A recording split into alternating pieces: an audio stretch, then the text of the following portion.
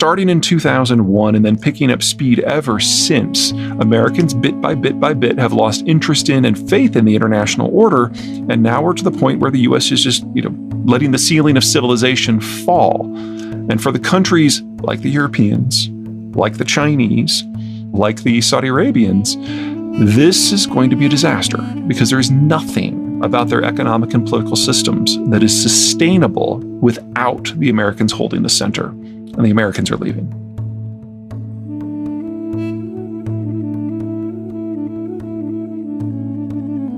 The countries that have benefited the most are definitely Germany and China. Here are two countries that are geographically constrained. Anytime that they tend to have an economic moment, they scare everyone around them into forming a coalition to tear them down. And so their moments in the sun historically have been brief to non-existent.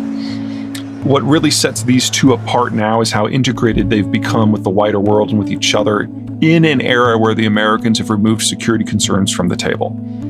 Put those security concerns back on the table, and everything that has made the German and the Chinese systems thrive in the past 70 years really goes away overnight. So we're going to see some spectacular collapses in those two countries in the not too distant future. For banging the head against the order, the better countries to look at are probably Iran and Russia.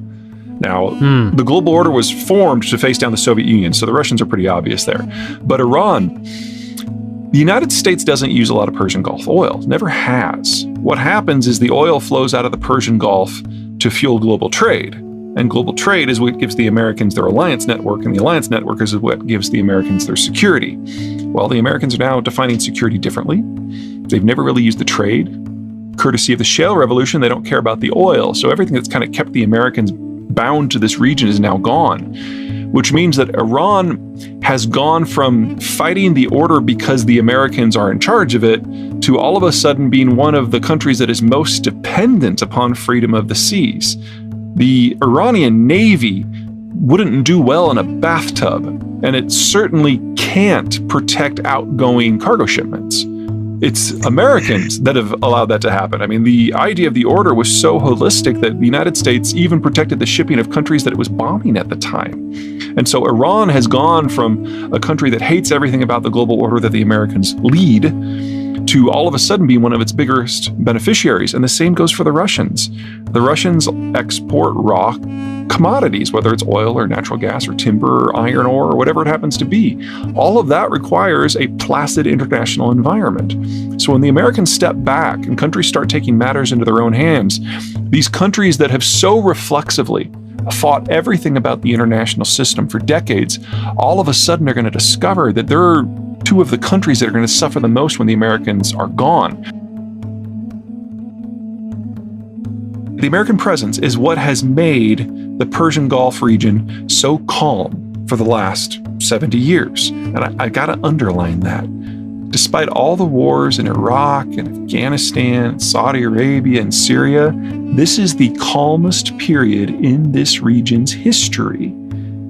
And the only reason it's been relatively calm is the Americans had to have the oil flowing to power the global order. Now that the Americans don't care, now that the Americans are leaving, this region goes back to the old rivalries. And these two powers, Iran and Saudi Arabia, are going to be at each other's throats very soon.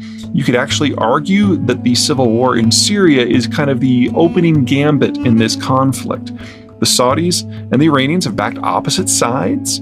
The Iranians get a lot of flack in the United States for being hyper-violent. They are, but they're not nearly as violent as what the Saudis have done. Because at the end of the day, the Iranians actually want to rule this region, and so they worked with the standing government of Bashar Assad.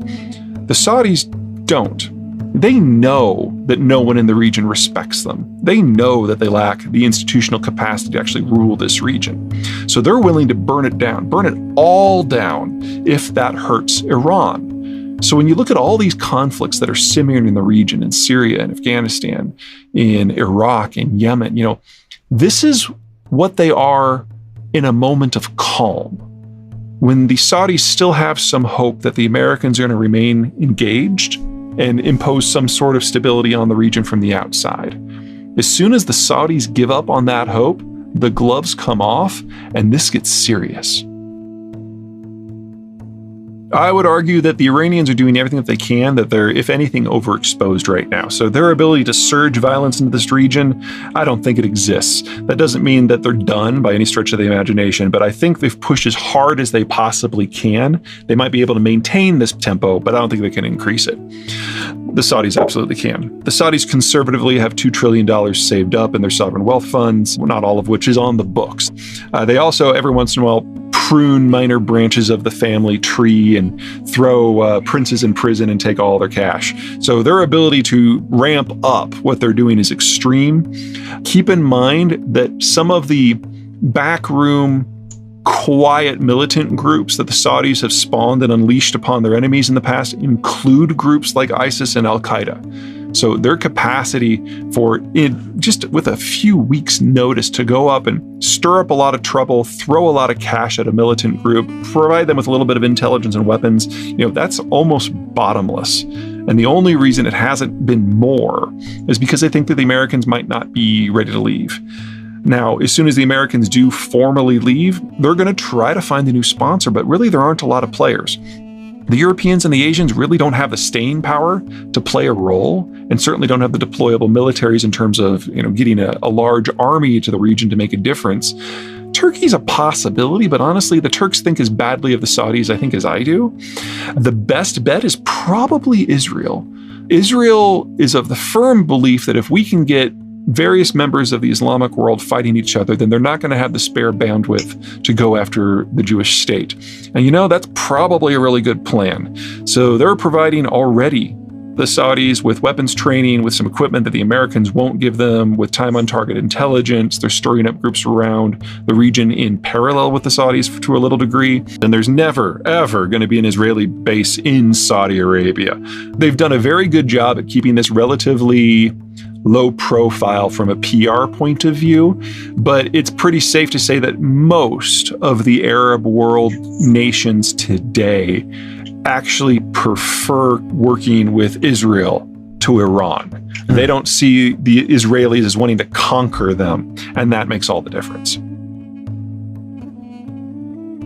If you're a jihadi group, you might have a different interpretation of that, but remember that most Sunni jihadi groups, including ISIS, including Al-Qaeda, consider Iran a more hateful enemy than the United States. Not that I doubt that the Iranians can make a functional nuclear device, but having a nuclear device and having a fully weaponized systems, those are two very different things. The missile program is harder than the nuclear program because you have to miniaturize, ruggedize, whatever the device is. That I am unclear whether the Iranians can manage it.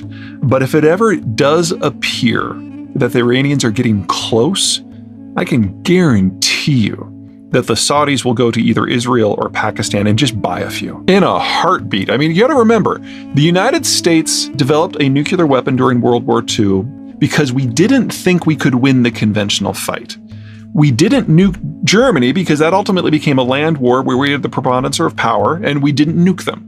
In Japan, we were going to have to do an amphibious landing of the home islands, and we were projecting in excess of 1 million casualties. That was too high a price, so we went with the nuclear option. The countries that use nukes are not the ones that think they can win the conventional fight. So in a straight-up fight in the desert between Iran and Saudi Arabia, the Iranians would win hand down. They've got a larger army. They might not be as well equipped, but they actually have people who know how to fight. The Saudi army probably wouldn't do very well outside of an air-conditioned garage.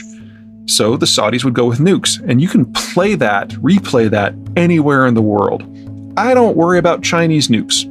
I worry about Taiwanese nukes.